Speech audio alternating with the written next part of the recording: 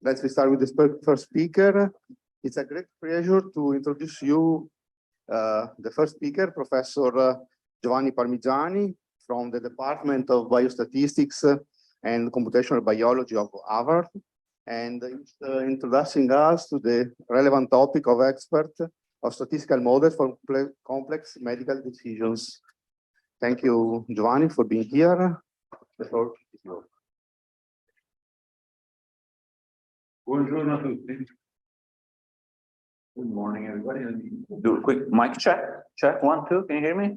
Good.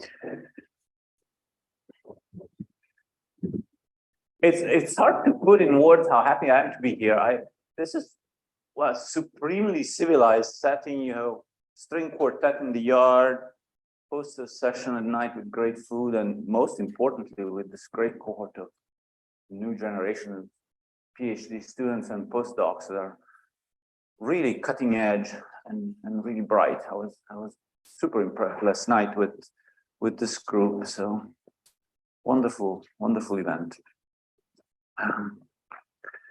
What I'm going to talk about today is a little bit of an obsession of mine, and it has to do with replicability of prediction. We as machine learners or statistical prediction people are trying to take over the world as the masters of prediction, but I think we still have to sometimes take a step back and ask ourselves some more foundational questions. And I'll try to walk you through what I think are some important unaddressed foundational questions in this space through some of my very applied experience over the past 10 years or so in the field of cancer research, and particularly in the field of precision prediction for cancer applications.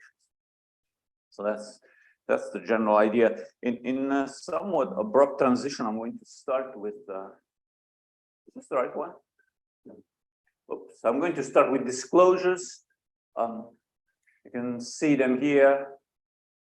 I do, and my group does, produce prediction algorithms that are used in all kinds of activities in genetic testing and cancer prevention, but none of the, and some of them are licensed for real dollars, but none of the analysis described refer to licensed products, but I still think it's important to disclose everything. Same goes for some of the genes that are patented or whose clinical use is patented. Again, no discussion of those, also no logos of companies, no advertisement, nothing. So back to the foundations.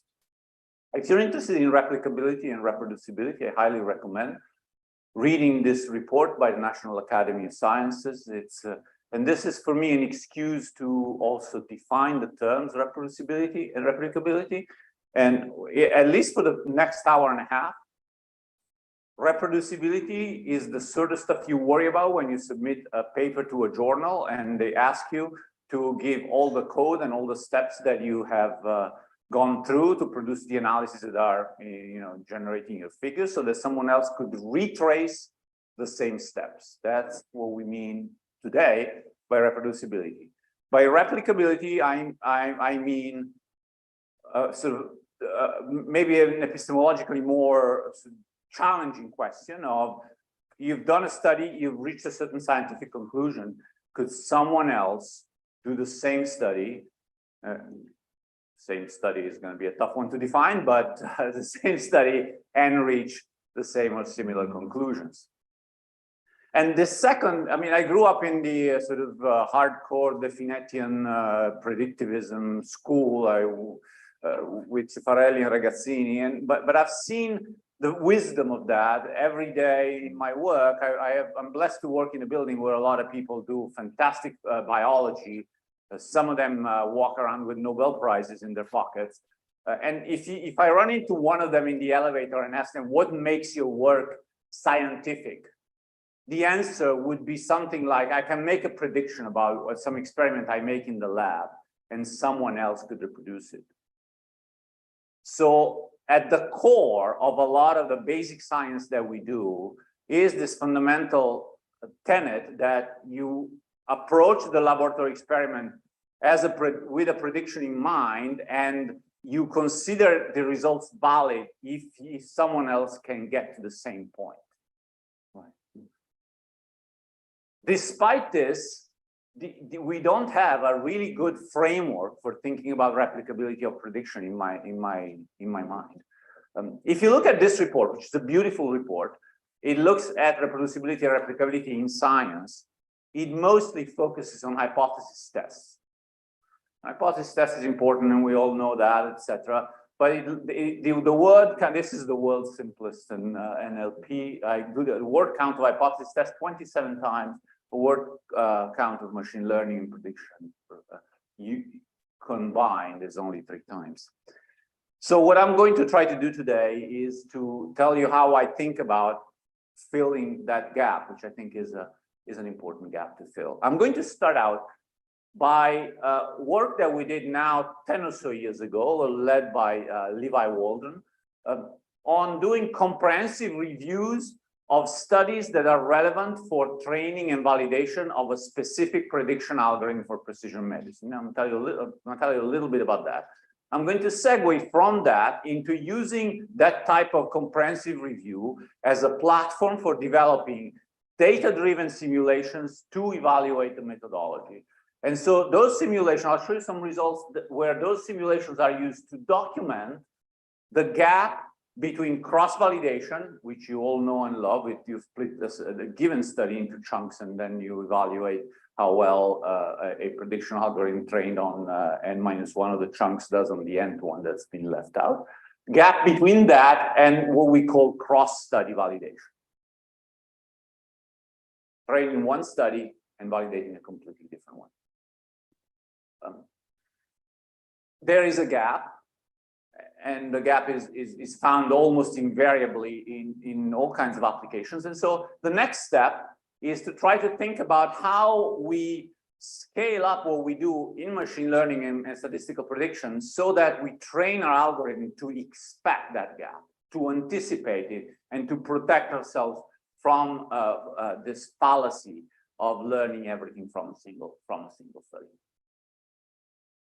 So that's my standard version of the talk. And for this audience, I've added one little bit at the end, which is more of a sort of a confession or a sort of thinking out loud section where I'm going to try to propose a way of defining replicability for prediction. I don't know of a good definition. I don't know that this is one, but I hope that this will give us a chance to have some interesting discussions over coffee or over follow-up emails, which I would be very much looking forward to. So that's the plan for the day. The talk is a little bit tight in terms of time, but if you have any sort of pressing clarification questions, feel free to interrupt me. Otherwise, please do ask questions at the end. There will be room after the discussions for you to bring things up. So off we go. This paper appeared in JNCI in 2014. Our goal was to look at prediction of survival for patients just diagnosed with ovarian cancer based on gene expression profiles as measured by gene expression microarrays. And so we did a sort of a parallel slalom type of meta-analysis approach, where on the one hand, we did a comprehensive review of all of the prognostic models that had been published. And we actually found out whether they were reproducible and reproduced them, and there's code for the whole thing. And we ended up with 14 models. On the other track, we did a comprehensive analysis of every data set that was in the public domain at the time that would be relevant for training or validating any one of those models, in the sense that they had the right type of input and the right type of response, label, phenotype, however you want to call it. And we wound up with 10 data sets for a total of 1,400 or so samples. Okay.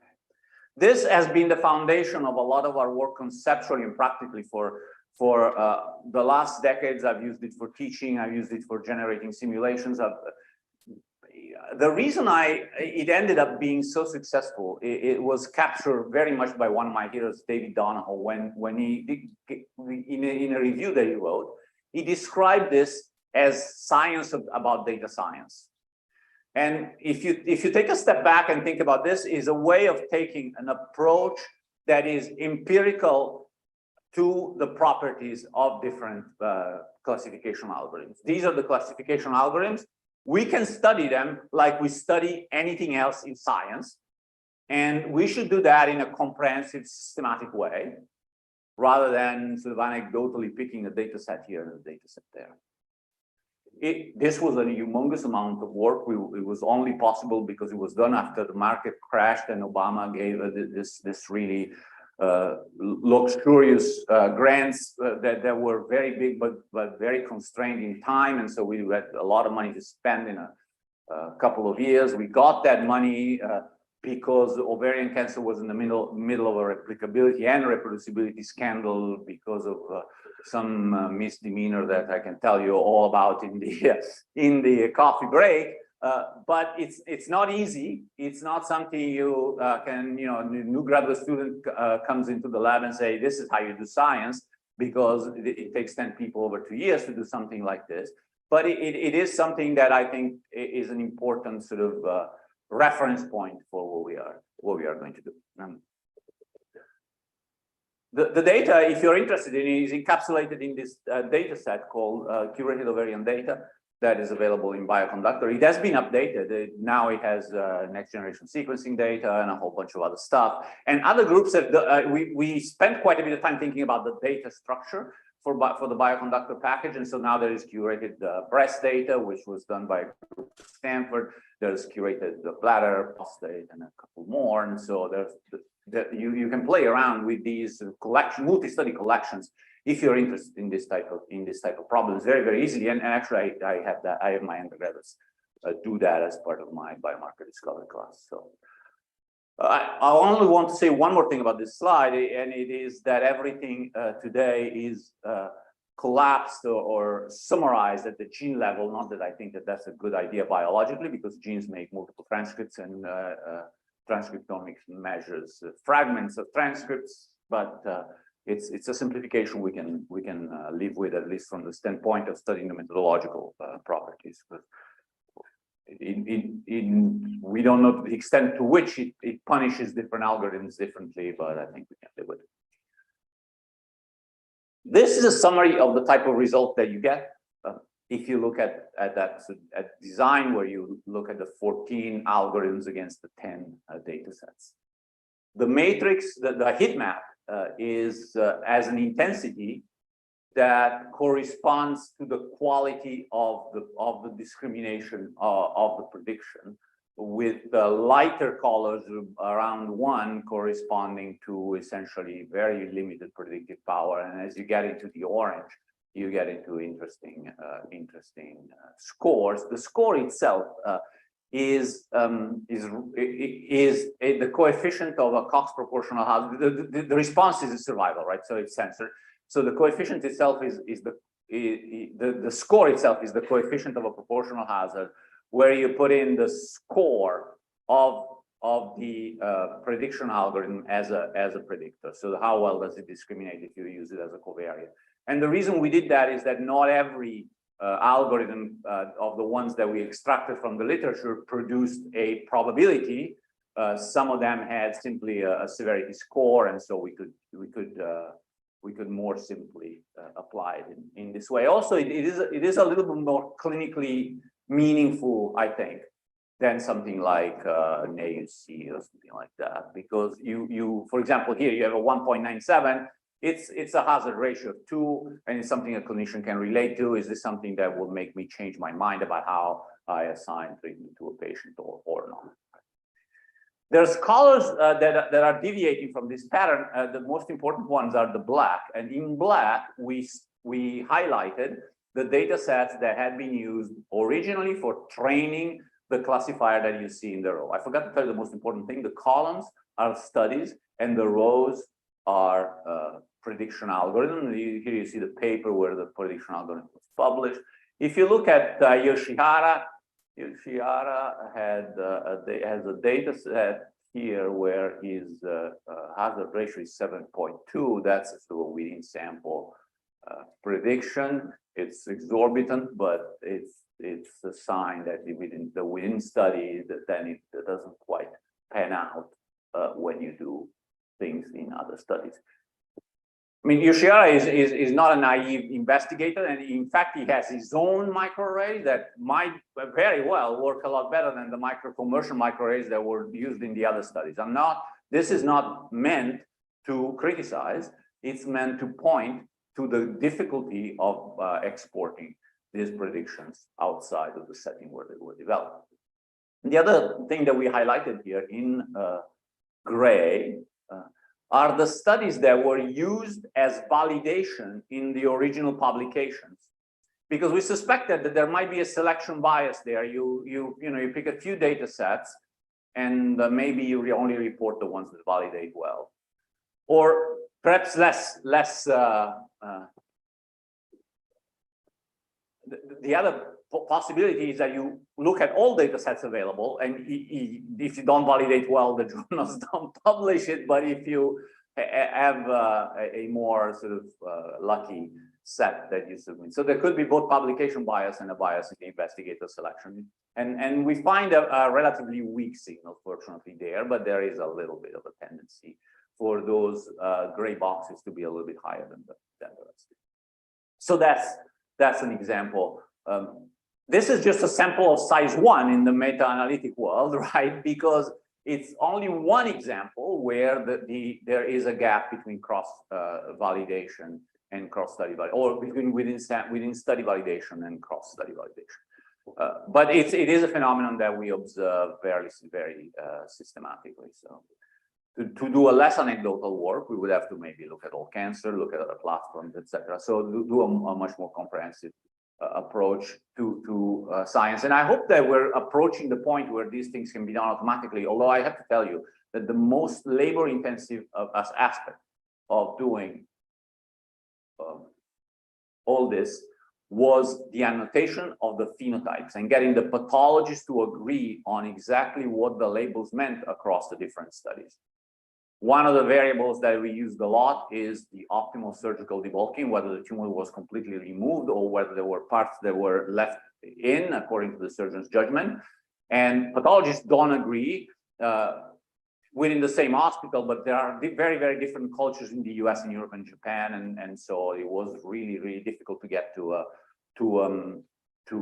consensus there, to the point that there's quite a bit of a loss of signal. And I can tell you that story some other time. Okay, so that's the meta-analysis. Okay, let me move on from this. So the bottom line is we did this comprehensive analysis, and that's a sample of size 1 documenting the gap between within study and cross-study validation. Fine. Next step is we're going to take this as the foundation for thinking about methodology.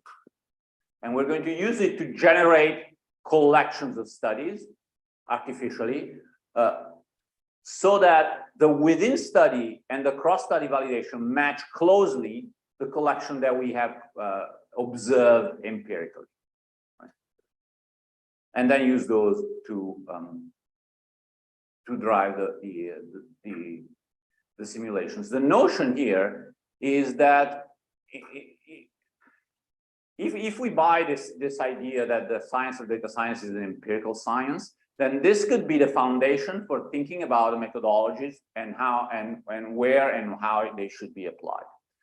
And it complements the theory, it complements the asymptotics, it complements all the heuristics that go into how we decide whether to use CART or a deep learner, and it is very problem specific. Why do we have gazillions of machine learning methods? Because they all work in a specific niche. And how do we establish that? Well, the theory helps us to some extent. But if you are working in a specific context, this adds a lot to that, because you can generate a lot of simulation experiments that are driven by a comprehensive effort to understand all the data that exists in that space. So that's the idea. It's not an easy standard to live up to, but I think it's an important direction to go in. Okay, so we built this. Where is my slide on Simulator Z? Oh, that's it. Simulator Z is an example of how to do this for the multi-study P greater than N type of situation, using Zhang wrote the package. Actually, the Bernal paper that was referenced yesterday is where this was originally developed, but she cleaned up the package and published it. And you can put in any collection of data sets and use it to generate. So, there are a couple of default ones, including the Ovarian, but you can use it as a platform for your own problem as well. Yuxing used it in the specific way to try to parse out the sources of the gap between cross-validation and cross-study validation. And each of these boxes correspond to a particular source of cross-study variability that has been controlled for in the simulation. And the 4 boxes coming in pairs, and you may focus on the white and the gray. The white is the cross-study validation and the gray is the cross-validation. The colored one are, the gray are the microarray ones and the colored ones are the next generation sequencing ones. And we did the next generation sequencing separately because one of the reviewers thought that microarrays are completely passé. They are, but the message they send to the machine learning community isn't. So, and the fact that you get the same message from both platforms is one interesting observation here. So here's the baseline case where the simulation is very, very close to the original data. This is the C index. The cross-validated C index is somewhere here, not exciting, but somewhere way above 0.5. The cross-study validation is here, just barely above 0.5. The distance between the cross-validation and cross-study validation 0.5 has got cut by more than half. So there's quite a bit of a substantial gap. The variation is simulation to simulation.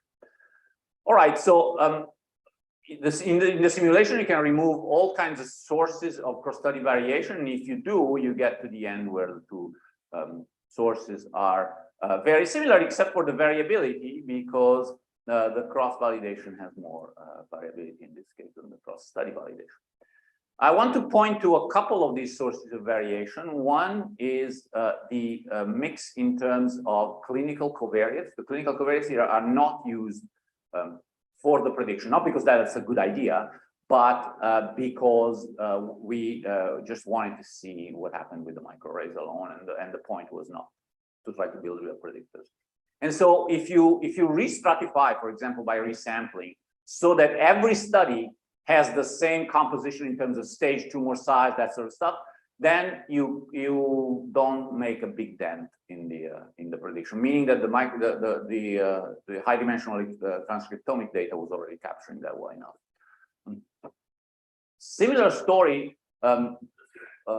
for equalizing the baseline hazard function. Some of these studies were on earlier stage or later stage, and so there was different degree of censoring, length of survival, and so on. That's not what drives the difference in this case. We filtered out the genes that were likely to be more noisy using a method called integrated correlation that I can tell you about in some other talk. And if you do that, the gap is reduced, but also the explanatory power of the model suffers considerably. And then we went to, maybe I'll jump to this. What do I mean by same model? I mean, as part of the simulation, we calculate from the real data models, coefficients that connect the predictors to the outcome, and then we use these coefficients in the data generation. These coefficients are different from study to study, and they give you an heterogeneity that the computer scientists call concept shift, as opposed to covariate shift, which is simply a transition or some variation in the distribution of the X matrices. And this concept shift in this case is quite important. And if you remove the concept shift or make the coefficient the same across studies, the cross-study prediction jumps up and it gets pretty close to the cross-validation level. So when you do all of the above, that's when you get level. Maybe I'll give you one more comment on this figure, which I always tend to spend way too much time on. Where is the concept shift coming from here? Personally, I think it is coming from unmeasured confounders, variables that drive subgroups in the data. Imagine that there may be two. And within each of these subgroups, the relationship between the expression and the outcome is a little bit different. Think about a single variable and different slopes, or no slope and one slope. If you have a different mix in this study and in this study, then the coefficient, because you don't know that variable, the coefficient that you measure is going to change. So while in some ideal world where you measure everything you should to predict, the coefficients might be the same, in the world you observe, where you cannot stratify the study by the unobserved confounders, the coefficients vary.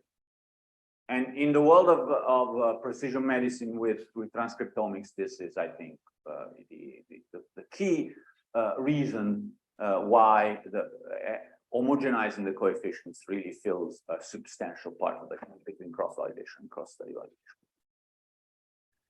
All right. The next exercise that we did, and this is the Bernal paper that Davide Risso was mentioning yesterday, is to think about this now in terms of the implication for what we learn about methods. And I don't want to dwell too much on this, but the main message is that if you use these methodologies for simulating data, and then compare the methods in terms of how they rank for cross-validation versus cross-study validations, the ranking comes out to be very different. And complex models do a lot better at cross-validation, and simple models do a lot better at cross-study validation, including, in this case, this embarrassingly simple version that is called clipping, or also más o menos, and it's what the clinicians do kind of on the back of the envelope. They come up with a list of positive predictors, a list of negative predictors, and just average them all out after some really rough standardization. This beats much more complex models in this space, including Super PC, CoxBoost, and things that tend to overfit, even though those do rank pretty well. If you rank well, you are low in this box plot when you look at the cross-validation. Ridge, interestingly, does pretty well as well. So, you know, trying for parsimony is a wonderful thing. It's not easy. Okay, so that's the Bernal slide that I wanted to present. It's time to move on to now, having diagnosed the problem, to what to do about it. This is not a new field in many ways, using multiple studies for training. There's a lot of work in meta-analysis, and there's work in meta-analysis of predictions as well. And there's a lot of work in computer science and domain adaptation. The niche that I'm very interested in is this niche with this type of signal-to-noise ratio, where you don't have a lot of patients, you have a lot of variables, you don't have a lot of obviously explanatory variables. You need to work hard at rummaging through the noise. The AUCs are not very high, and that's what we live in precision medicine for cancer. And in that world, our words suggest that simple and scalable and interpretable architecture are still worthwhile. And so what we've been doing in the lab is to try to take those, the simple building blocks we all know and love for statistical prediction, and scale them up to the multi-study or domain adaptation. So that's what we've been doing for the past 2 or 3 years, and I'm going to tell you a little bit about that. Before that, I want to make, do I have time for the unsupervised? What time do we get started? What time do we need to stop? Hey, that's a better question. 15 minutes. I'll tell you the concept of the unsupervised real quick. We did some multi-study work on in the unsupervised world in matrix decomposition. I'll just put in an advertisement plug for the work of Roberto De Vito and Izzy Grabsky in this space. These represents various matrices. Each is a study. You have p variables and n samples, and you want to decompose it according to, say, factor analysis, a very standard type of way. Our first foray into this was to decompose the matrices jointly in a way that some of the factors are shared by all the studies, And those would be the sort of replicable part, the part that you might want to use later on to build a predictor after having identified these dimensions. And some are unique to a study. And they may be unique because of the artifacts that some of the discussants of Professor Candes' paper were discussing yesterday, or they might be unique because of real biology that is unique to that study. But nevertheless, if you are going to be trying to do prediction now in a next study that is unseen so far and is from an exchangeable collection of studies, say, then using the replicable factors might be your best bet. So that's the concept. We've extended this to Bayesian models and as well as models that have the ability to have studies appear in any subset. Factors appear in any subset of the studies. And both of these papers are about to come out. Okay. Let me say a few words now about the supervised story. The supervised story is quite complicated. We started working on it in 2018 with a paper with the following logic. This is the structure of the data. You have case studies, and for each of the studies, you have a matrix X varying sample size, but the same variables across the different studies, which is a big restriction. But so far, we haven't been able to make a lot of progress going beyond that. I mean, I think one way could be to build the representations of projections that are robust to missing variables, but it's not easy. Anyway, same variables across each of the studies, and then some label. The problems we are interested in is one is the unseen domain or study K+1 that I described a second ago, an exchangeable draw from the collection of studies that we had. One is the domain adaptation-ish type of problem where you are getting more patients from study one because you develop an algorithm based on K hospitals, but you are at Mass General Hospital in Boston and you have some data from that. And then the third problem is when all the predictors are known, and so this is somewhat akin to transfer learning. But the methods that we want to build for these are things that you can explain in stats 102 maybe, and that are transparent. So one way in which we do this is this two-level architecture that uses ensembling to build robustness in the final predictor. And the way we do it is we train what we call a study-specific algorithm within each of the studies, then evaluate all the predictions and use those predictions as features in a model that merges all the studies together.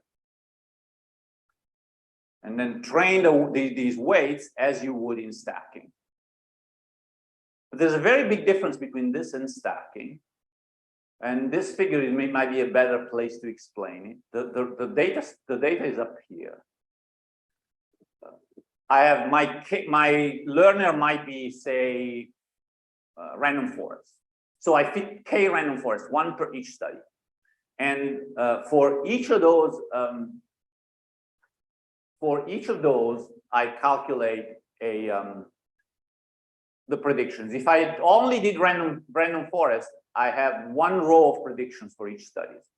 If I fit random forest and the lasso, I have two, etc. Right? So here I may have multiple rows. Now I have these sets of features that I've extracted. Now I merge the labels, and I fit a weights through, for example, a regression or a regularized regression that would be stacking weights. The difference between these and stacking weights is that when I fit this model, unless there's one big study and everybody else is teeny tiny, most of the work is done by how these predictors, these observations, these predictions that are developed on this study do when they are facing these other labels. And so most of the weight is lifted by the cross-study stacking. And as a result, models, and by models, I mean both the machine learning choice that I made and the study where I trained it. Models that validate well across study get better weights. That's the idea. So we did this, PNAS 2018, Prasad Patil is driving this work, and he's really the master of this architecture. Even in the ovarian cancer data, where making progress on that AUC is really hard, this type of stacked architecture does very well, and it does a lot better than simple average stacking. So based on that, we started working on developing all kinds of variations, and I'm going to take a couple of minutes to talk about some of my amazing students that worked on this. Zoe One, in particular, did this transition point work that is all analytical work to try to understand in a model where the generating the function for the data is, say, a random effects type of model. If you have a linear regression or ridge, at what level of heterogeneity of the coefficients across study does the stacking architecture begin to beat merging all the data? Merging all the data obviously gives you more power to train the model well. And if the heterogeneity is not very big, that's the choice. But as the heterogeneity increases, she proved and developed analytically a transition point where that characterizes that crossing where the stacking architecture begins to win. And she developed also some interesting simulation scenario to show how that does when the work is not amenable to analytic treatment. And then Kathy generalized that to a version of boosting with linear models. Maya is an absolute brilliant student, and she took this in a completely different direction. She unpacked it in two ways. The first is unpacking random forest. If you use random forest as a single study predictor, you are already using ensemble. You're ensembling forest. What if you ensemble trees within that forest instead of ensembling the whole forest? Well, she characterizes the situation where that does better, and sometimes it really does a lot better. Her second paper is brilliant because she thought, well, if I can do so well with these architecture when the studies are different, maybe when somebody hands me a single study, that single study is not going to be all that homogeneous. We've seen a beautiful example yesterday. So what I'm going to do is I'm going to cluster it first and apply the multi-study to the cluster and see what happens. And when the response is fairly smooth, but nonlinear, her idea really does quite a bit better than random forest. So just using this simple architecture, it's not very computationally intensive or particularly deep in terms of, I mean, you can take two layers. She was able to really gain a lot over random forest, and random forest is an algorithm that we've been beating on, trying to improve on for quite a while. Gabe Lovinger invented this thing of the study strap. The study strap is a resampling technique for generating simulated data sets that don't take the definition of a study for granted. We could talk for hours about what we mean by a study.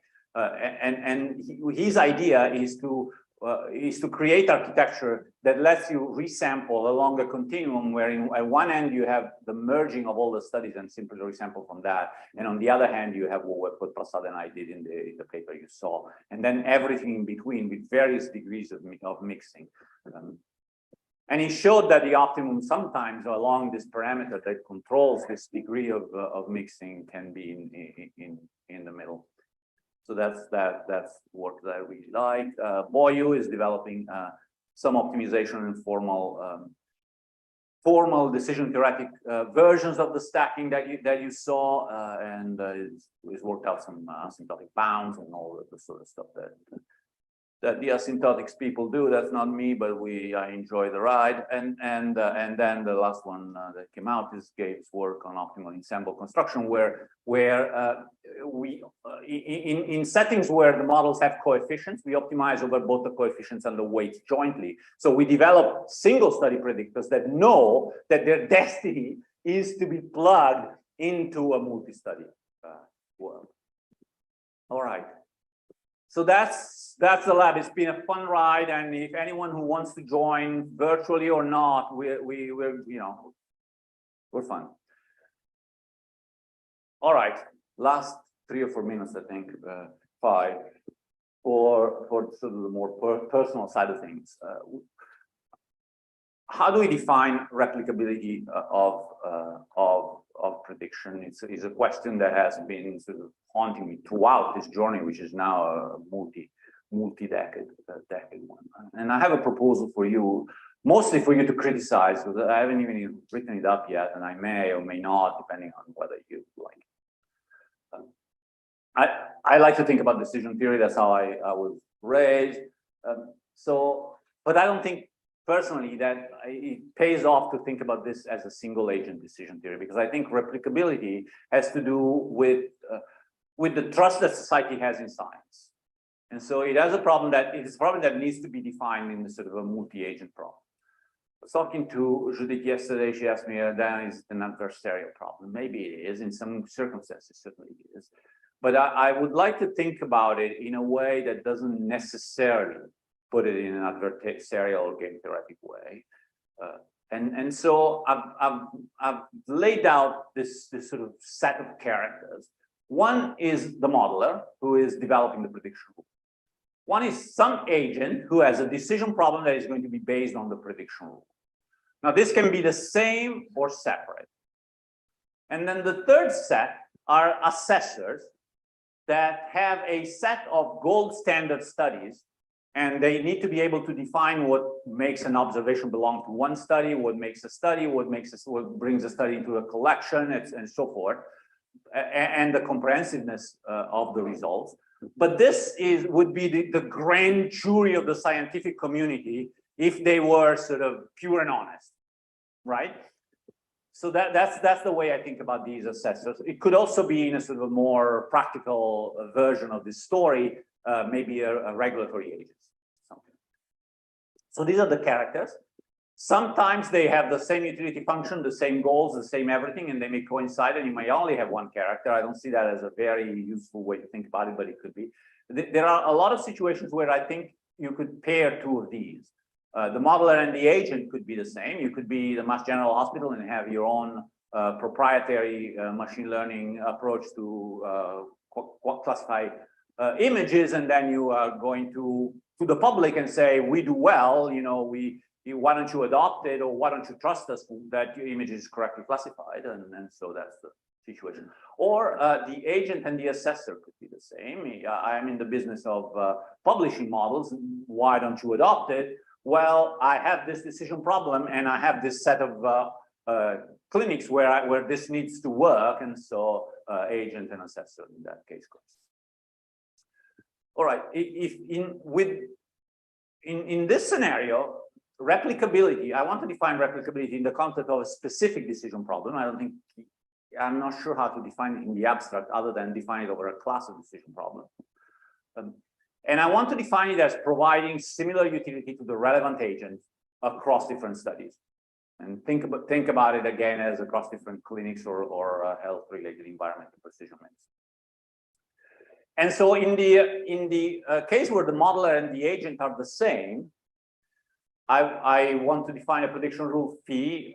The modeler or the agent have some probability distribution on the joint distribution of x and y for the future realization where the utility function needs to be evaluated, the future patient, say. And then a utility for the decision, some action, and the utility, of course, is going to depend on the true label, whether the patient really has cancer or not. And then in that setting, you can calculate an optimal decision function for the agent as in standard expected utility theory, and then evaluate empirically the utility in each of the K studies for if you act optimally based on the score proposed. So these are the true labels. This is the agent acting optimally. This is the resulting utility evaluated at each of the observation in each of the case studies, and then I get K numbers. I don't want to go beyond this. I don't want to have an expected utility here, and you may disagree with me, and you may convince me otherwise in the break. But I want to think about this again as an empirical science. I want the assessors to say, these are the studies where this should work. This is how well this works in these studies. It's average, and you could look at individual points, and there's no really profound reason for averaging at this point. But I'm kind of resisting my temptation to define it as an expectation. So to be continued. If that's a measure that you like, then one possible way to define a replicability is this is replicable if the difference between any two studies at most epsilon, and we can move on from there. I see this more as maybe more of an exploratory data analysis situation where you actually look at all the usable cases.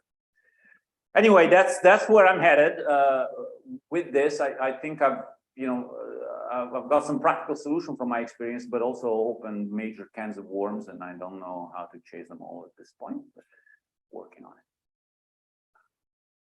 Yeah, I don't have time to talk about this. Let me close with a couple of take-home points.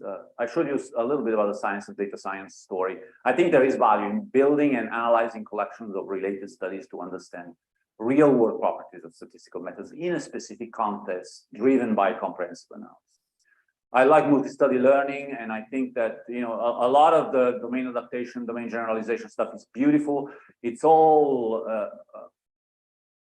working at a level of signal-to-noise ratio that doesn't work in my world, and also it's fun to take the old statistics that we all know and love and scale it up to multi-study. So if you think this is worth doing, join it. Much remains to be investigated, mostly from a theoretical point of view, but also in applications. Thank you very much.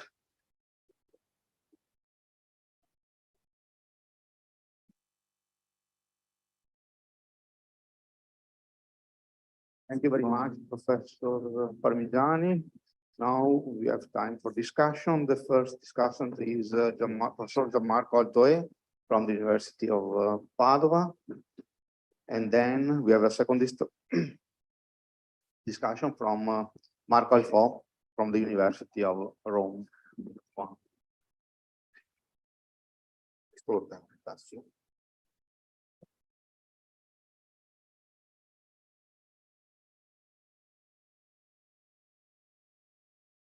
Okay, so good morning, everyone. First, I'd like to thank the scientific committee for inviting me to discuss this stimulating talk by Giovanni Parmigiani. I'm Gianmarco Altoe, and I'm working on a statistical method for psychological science. First, I'd like to recall the definition of two key terms using the previous talk by Giovanni Parmigiani, using this very well source. And because these two terms are often used interchangeably, or their meaning is different according to different scientific fields. So reproducibility is obtaining consistent result using the same input data, computational step, method, and code. This definition is synonymous with computational reproducibility. And as Marco will show you later, there is an increasing number of scientific journals that require computational reproducibility during the review process. On the other side, we have replicability, that is obtaining consistent result across studies aimed at answering the same scientific question, each of which has obtained its own data. There are many kinds of replicability. The two much important are, in my opinion, the so-called direct replicability, in which the new independent studies share the same characteristic with the original study, and conceptual replicability, in which the new independent studies has pre-specified difference with the original studies. And in this case, replicability is used to assess how the original findings are generalizable. As Giovanni pointed out, much effort has been spent in at least the last 20 years on studying the replicability of results, while much less work has addressed the relevant issue of the replicability of prediction. Here is a summary of the famous crisis of replicability of result. at least from in psychology, their starting point is this famous work by Ioannidis in 2005. And he provocatory claimed that most published research findings are false. And in his opinion, there are a lot of reasons. For example, the adoption of questionable research practices or the use of underpowered studies. Here I present two different studies of replicability. One is about psychology and the other is about preclinical cancer biology. And I put that just to show that the crisis is not only on psychology, but it's shared across a lot of other scientific fields. In the first study, which is very famous in the literature psychology, there's a mistake because as you see, the word reproducibility is used, whereas to validate 100 of published effects, new independent samples were used. So the correct word is replicability and not reproducibility. And this is a published paper. So in this case, we have 100 of published effects. The mean effect size in the replication was 50% smaller than in the original study.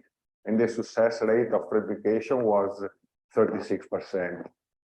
In the other case, we have 158 published effects. The median effect size in the replication was 85% smaller than in the original study. And the success rate of replication was only, I can say, 46%. But I want to make you know that there are a lot of tools for assessing replicability, and their interpretation is still hotly debated. So an optimal way to assess replicability is to use a multi-method approach. In any case, studying replicability is relevant for the progress of science. As an example, while we have no replicability, the scientists could investigate the reason for the heterogeneity on result, and this is of course fundamental for the progress of science. How to increase replicability? This is a big question, and that also Giovanni tried to answer. Among other relevant proposals, a good suggestion is to increase meta-analytic reasoning among researchers, also on researchers from other fields than statistics, and in particular, making them considering that rarely one study is enough, and that uncertainty and sample variation are inherent in each study. Or in the word of Giovanni, use multiple studies for training in the case of machine learning studies. In some sense, also, the well-known Galileo Galilei, who worked at our university, claimed that to evaluate your hypothesis, multiple experiments are needed. So we are in the same fashion. Now I want to briefly highlight the contribution of Giovanni to the issue of replicability. In this case, I call it replicability of complex result. I use the word complex in contrast with the so-called simple result. You can think at a simple result as a result that addresses a single effect. For example, the comparison between the group of the relationship between two variables. And in this case, simple effects are assessed using, for example, a unique inferential test. For complex result, you can imagine a result coming from cluster analysis or from factor analysis.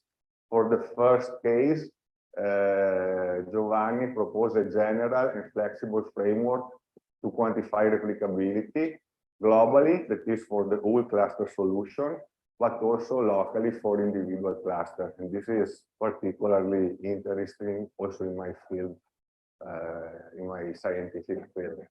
For factor analysis, another class of factor analysis methodologies for the joint analysis of multiple studies was proposed. And the goal, as said before, is to separate, identify, and estimate common that are replicable factors shared across studies that can be used for prediction, as you said before, and study specific that is unreplicable factors.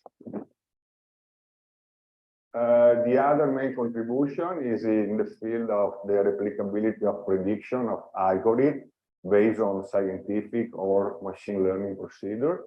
And the general idea is to shift from specific algorithms, train and validating within a single study, to generally and hopefully replicable algorithms that is cross-study learners, train and validating using multiple studies. Finally, I have two questions for Giovanni. The first is consider your relevant work and very interesting on the replicability of cluster and factors. What do you think, or do you have an opinion about evaluating replicability of factor mixture analysis, where factor and cluster are simultaneously estimated?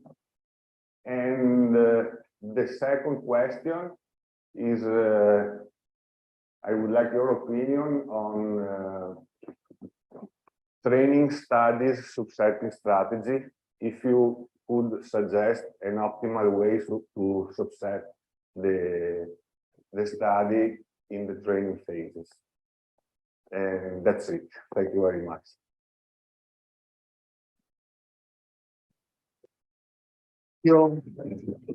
Marco, for your nice discussion. Now we have the second discussant, Professor Marco Alfò from Sapienza University of SM.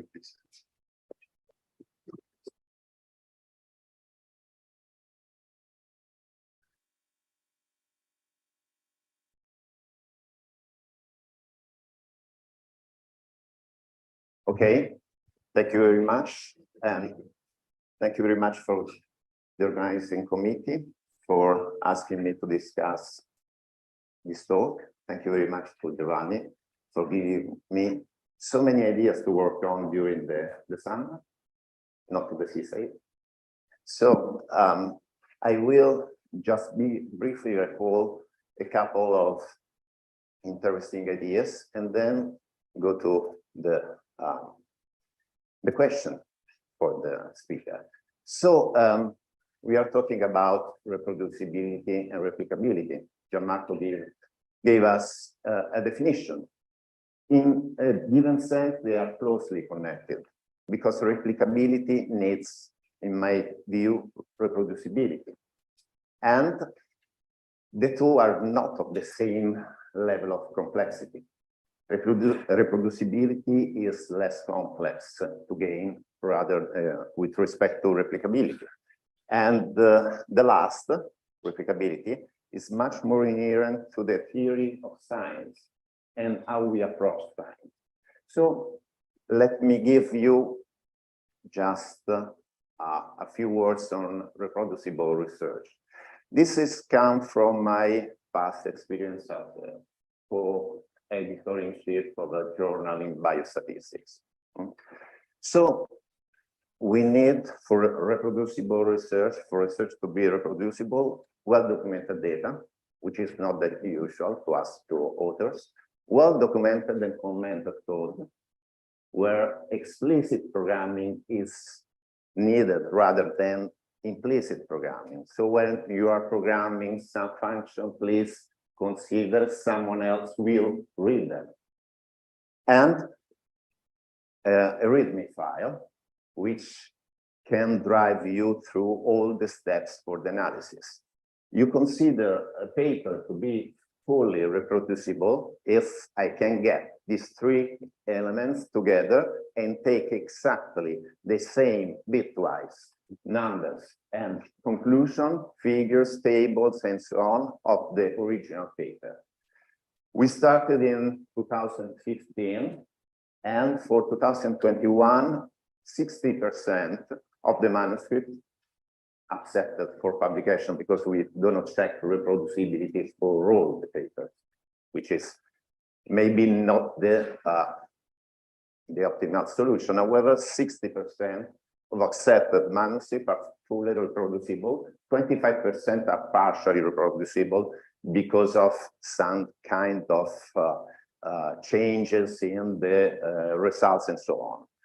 The same figures are given by Muller in Nature News, and this is a good news. So one, we have set the standard for reproducible research, which would be that or another one. The choice is not up to me. We need to define replicability for a study. And it depends on a series of definitions, how we measure empirical evidence. Much more has been in the past for hypothesis testing, p-values, and so on. How we interpret this kind of measure and how we communicate it. This is something we have to learn about. We are starting to understand, as Giovanni told us, there is a long path to having an optimal solution for this, if any. So we have also to consider that empirical evidence is the function, at least of these items, inclusion, exclusion criteria. We have control for some of them based on our past history, on our past results, but not for all. So an observative heterogeneity is a problem. The multi-study approach Giovanni is proposing is a kind of handling an observed heterogeneity, as repeated measure can do that in other settings. And so empirical evidence we derive could be too much study dependent. And in this view, we have this replication crisis, at least since the paper by Ioannidis. But this is there is a paper by Ben. I was aware only for this discussion. I never had the chance to read it, talking about extrasensorial perception. And Ben proved that AESP is possible in a standardized randomized controlled trial. So the problem is not only in the biostatistical field, is in the psychology field and in other fields as well. And there has been a lot of literature talking about that. So apart some kind of issues with p-hacking, data query, and so on, we must, we always speak about crisis, replication crisis. Crisis is not a negative term. Greek term crisis means choice, decision. So the talk by Giovanni is very welcome in this sense, because he talks about challenges and opportunities.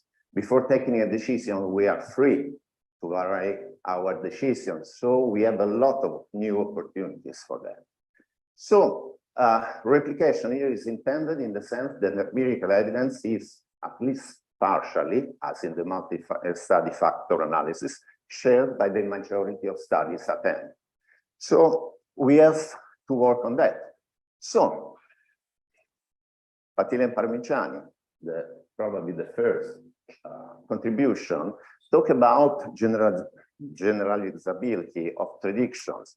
And the result by Zhang and others is particularly important in that case to describe the reason behind the gap between cross-validation and cross-studies validation. And the gap is mostly due to unobserved confounding, maybe unobserved heterogeneity in general. So model variability, where this model variability is not necessarily negative, because it can open the door to new scientific thoughts. So we have to take this kind of route. For example, the paper on multi-study factor analysis, we have three kinds of factors. Replicable factors, that means common factors.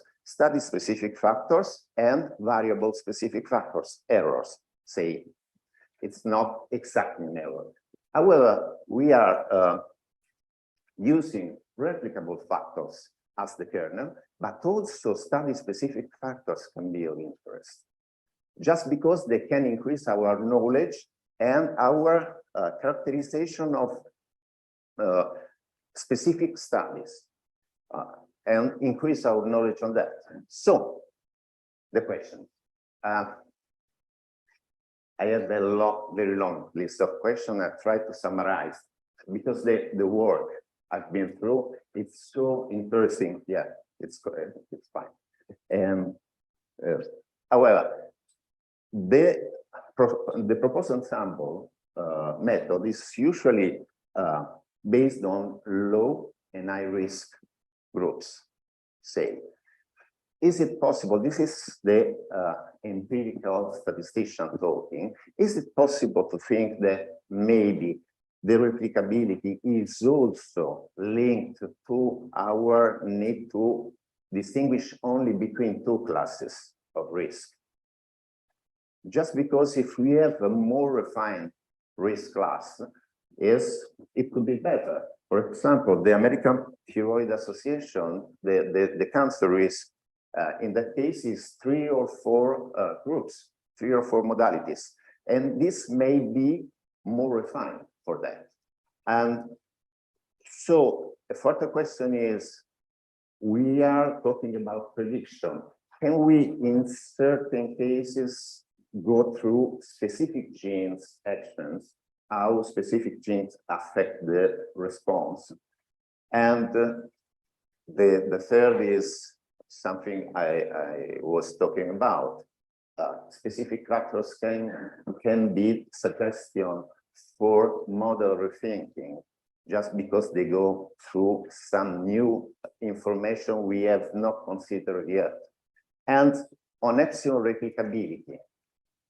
Epsilon replicability is a very nice idea because you can, in a sense, establish a measure of similarity between studies and between models, prediction algorithms, and so on. So you can do some kind of by-clustering of studies and prediction algorithm, which can be also used to gain some more knowledge. And the last one, coming from my personal research area, use longitudinal data analysis, we use some kind of sensitivity analysis in the presence of missing data. When the portion of missing data is substantial, you have to perturb, in a sense, the observed data. Can we, in the case we have not multiple studies, can we think about gaining reproducibility, replicability through perturbing data? Thank you very much to all of you.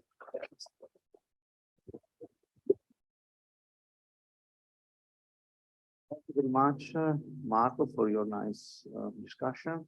And now there is time for questions from the audience before going on with the joint.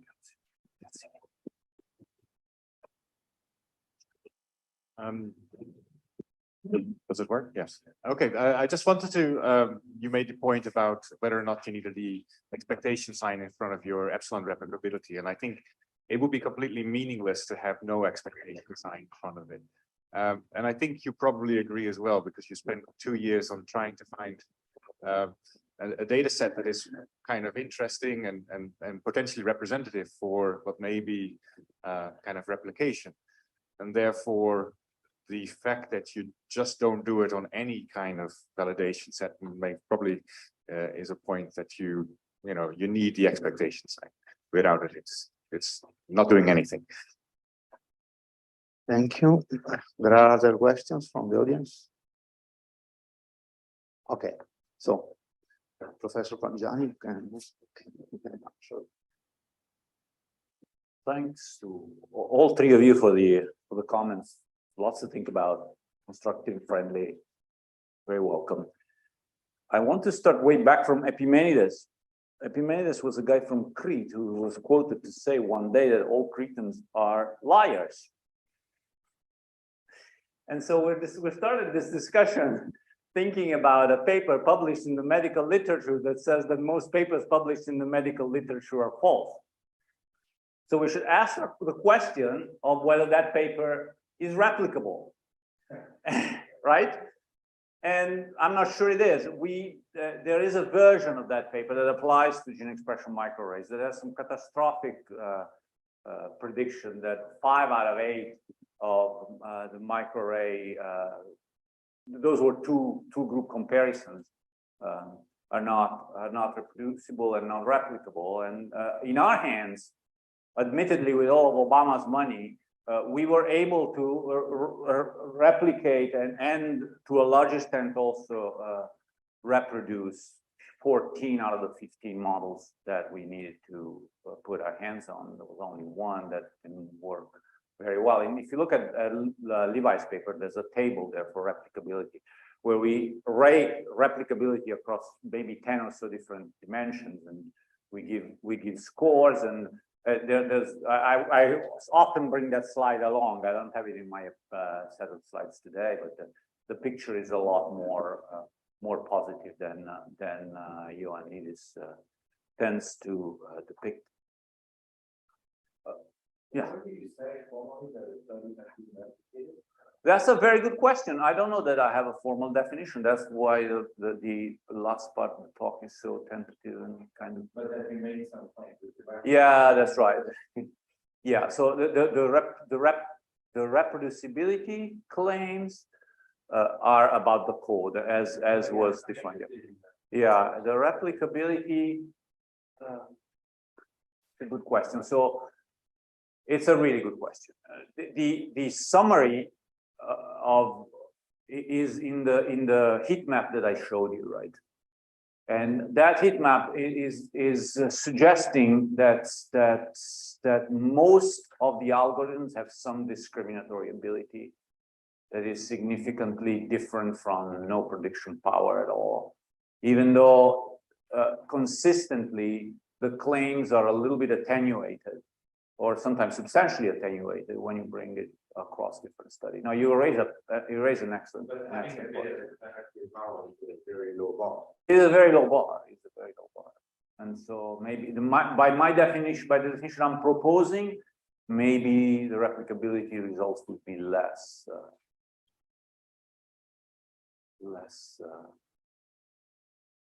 generous. Point taken. Because from the point of view of hypothesis testing, the bar would be very high. When you have Sure. Just saying that, well, get above random guessing is a different metric. It's a bit of a different metric, yes. It's not the metric I'm proposing. No.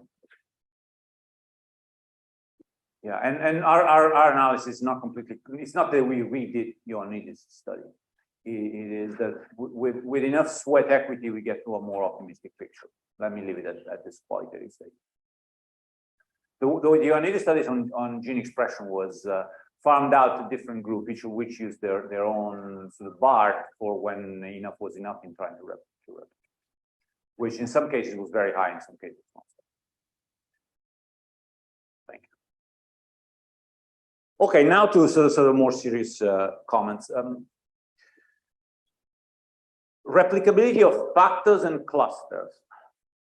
It's a really interesting question because of how the two are intertwined typically in unsupervised analysis. We haven't thought about that. It's a really fascinating problem. Maybe some of the students or some students in the room would be interested in digging in. And your other question is also quite deep. How do we subset studies for training and validation? We saw an example yesterday from no less than Efron, where random versus time-based makes a big difference. And I encountered this a lot in my sort of day-to-day work as a consultant or advisor to different projects in cancer research. And my advice along the lines of what Efron did is to try to ask people to try to split it as though you were someone else trying to prove you wrong. If you have any reason to believe that there is a split that is not going to make you look good, try that. it's a bit of an adversarial perspective, and I think it's the right perspective.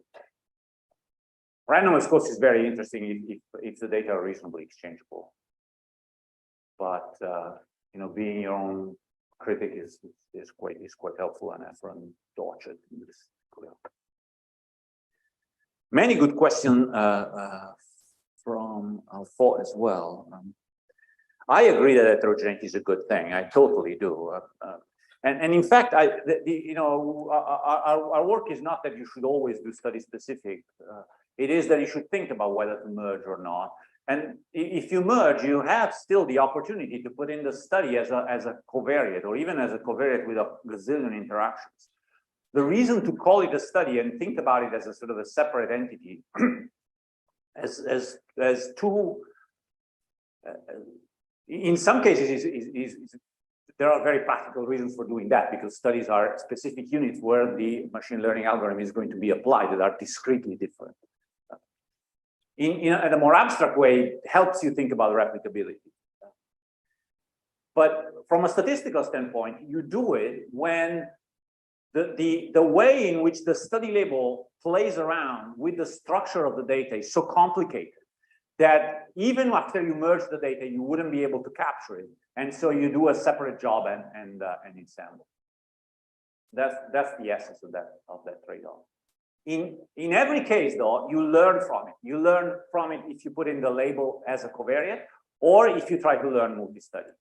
It is an important part of the variability in the real world. That's part of why it is so important to have the collection of study be somewhat comprehensive as well. It's not easy. It's not cheap, but it's the way it is.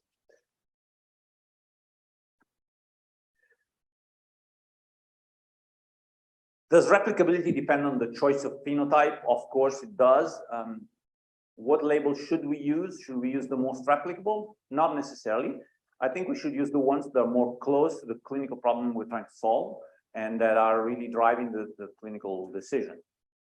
We shouldn't we shouldn't necessarily look at survival. Is survival at the granularity of the month is not necessary, and that's going to be harder to predict than, say, 5-year survival or recurrence at all.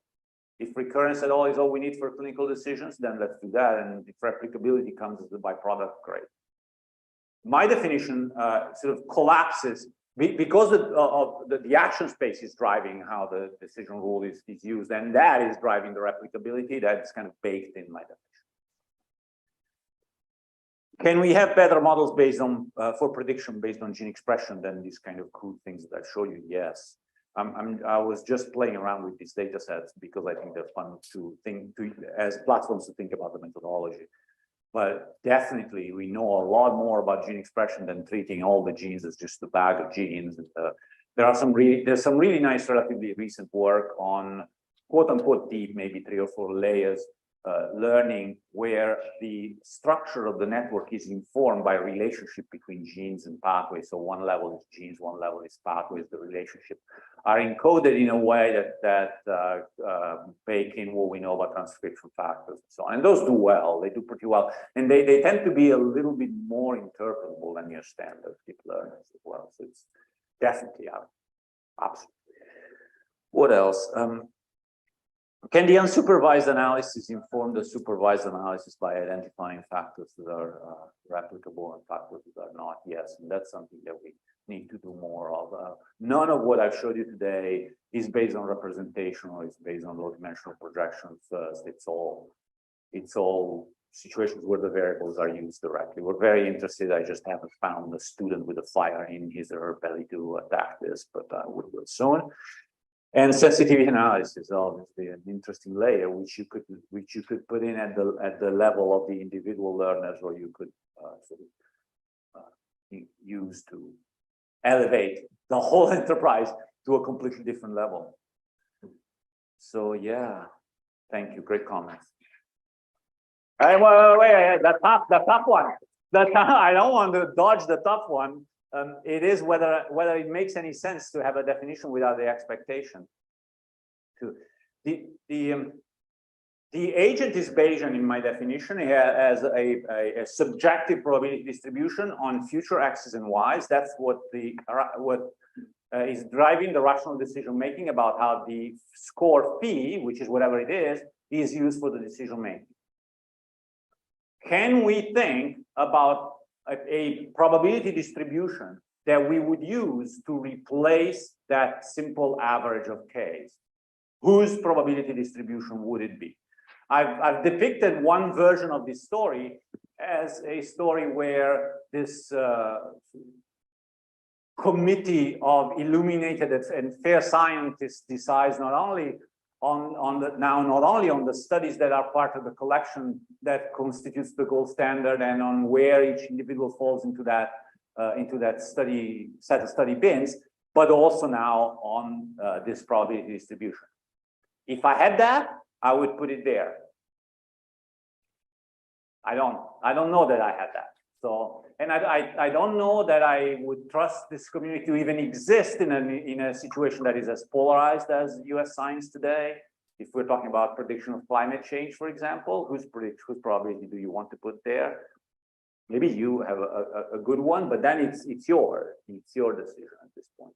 And I don't know. Maybe if you want to think about probability not from a subjective standpoint, why do you disagree with stopping at the empirical? To be continued. Thank you.